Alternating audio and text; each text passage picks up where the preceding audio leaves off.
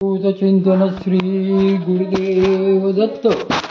माझ्या बंधू भगिनींनो, काल आपण आहार-विहाराचे नियम पाहिले.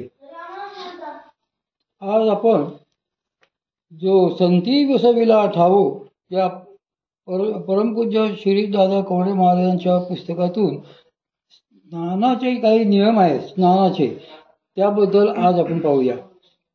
योगाभ्यासी साधकांनी ब्राह्ममुहूर्ताचा काळ साधनेत घालवावा. तो काळ स्नानादी कर्मांमध्ये व्यतीत करू नये. साधकांनी स्नानाकरता नदीच्या पात्रामध्ये उतरताना आधी पाय धुवावेत आणि मगच आत उतरावे. घरी आंघोळ करतानाही आधी पाय ओले करावेत आणि मग शरीर क्रमाक्रमाने मस्तकापर्यंत ओले करावे. सरळ अगोदर डोक्यावर पाणी घेऊ नये. यामागेही शास्त्रोक्त रहस्य आहे. मस्तकाच्या ठिकाणी काही नाड्या अशा असतात की त्यांच्यावर अगोदर पाणी पडले असता अपान कार्यरत होतो. अपान असा क्रियाशील झाल्यावर तो खालच्या द्वारांची कार्य करण्यास प्रवृत्त होतो आणि ताबडतोब कार्य करू शकतो.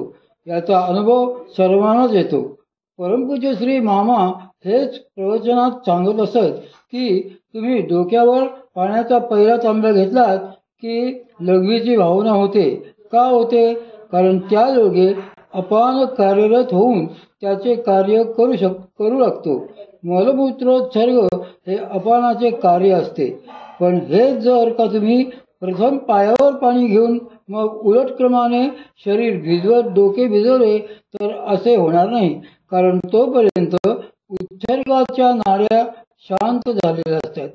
तुम्ही प्रथम पाय भिजवले की प्राण वर उचलला जाऊन शरीराला तरतरी येते, उत्साह येतो, अपानाची उत्सर्ग क्रिया थांबते. या सगळ्या योगाच्याच प्रक्रिया आहेत. म्हणूनच आपल्याकडे अतिथीचे स्वागत करताना आधी पाद्य देतात, म्हणजे आधी पायावर पाणी घालतात व नंतर अर्घ्य देतात, म्हणजे हातावर पाणी नंतर घालतात. हे कशासाठी? तर अतिथीचे प्राण ऊर्ध्व राहावेत, तो ताजातवाना राहावा म्हणून. ही जर का अतिथीच्या डोक्यावर पाणी घालण्याची प्रथा असती तर याच्या उलट झाले असते.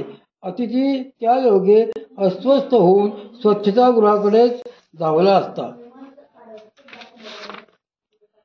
वर्षभर फळे मिळावीत. येथे श्री माऊलींनी सांगितले आहे की जोडती दाटे झाडे सदा फळती. साधकाच्या प्राणांना पोषक ठरणारे काय आहे हेच त्या ठिकाणी बघावे लागते. म्हणूनच तेथे सदा फळणारी झाडे असली पाहिजेत. सेवन करण्यासाठी योग्य ते सर्व सहजतेने मिळाले पाहिजे. त्यासाठी कष्ट पडायला नकोत. आहाराची विवंचना आणि त्याकरिता पडणारे कष्ट हे साधकाच्या साधनेमधले एक प्रकारचे विघ्नच असते.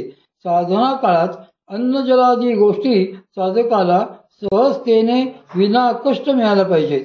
सदा फळतीचा अर्थ परमपूज्य श्री मामा असं सांगत की एकच झाड 12 महिने फळते असे नाही. म्हणून लावलेल्या झाडातील कुठले ना कुठले तरी झाड वर्षभर फळत राहिले पाहिजे असा याचा अर्थ घ्यावा. पूर्वीच्या काळी आमच्या घरामध्ये कायमचे दुभते आहे असे अभिमानाने सांगण्याची पद्धत होती. घरी समृद्धी असण्याचे ते द्योतक असे. कायमचे दुभते आहे याचा अर्थच असा की गोठ्यामध्ये भरपूर गोधन आहे, भरपूर गाई म्हशी आहेत. त्यातली कोणती ना कोणती गाय म्हैस सतत दुभती असते. यालाच कायमचे दुभते असणे असे म्हणतात. त्याचप्रमाणे झाडे अशी योजनापूर्वक व भरपूर लावलेली आहेत की वर्षभर एक ना एक तरी झाड फळे देतच असते. वेळ प्रसंगी फळांच्या बरोबरीने कंदमुळेही आहाराकरता मिळू शकतात. याला श्री माऊलींनी सदा फळती असे म्हटले आहे. वर्षभर साधकांना उदरनिर्वाहाकरता फळांचा, कंदमुळांचा पुरवठा होऊ शकला पाहिजे. परमपूज्य श्री मामाही असेच सांगत की एकाच झाडाला श्री माऊलींनी सदा फळती असे म्हटले नाही. तसे म्हणताही येणार नाही. आपल्या घरात जर एकच गाय असेल तर त्यावेळी आमच्याकडे कायमचे दुभते आहेत असे आपण म्हणू शकत नाही. फार तर आमच्या घरात कायम शेण आणि गोमूत्र उपलब्ध असते असे आपण म्हणू शकू. तसे एकच झाड आहे म्हटल्यावर पाचोळा कायम मिळेल, पण फळे काही कायम मिळणार नाहीत. सदा फळती याचा अर्थ फळे वर्षभर मिळाली पाहिजेत. तीही साधकांच्या आहाराला पोषक अशीच फळे असली पाहिजेत.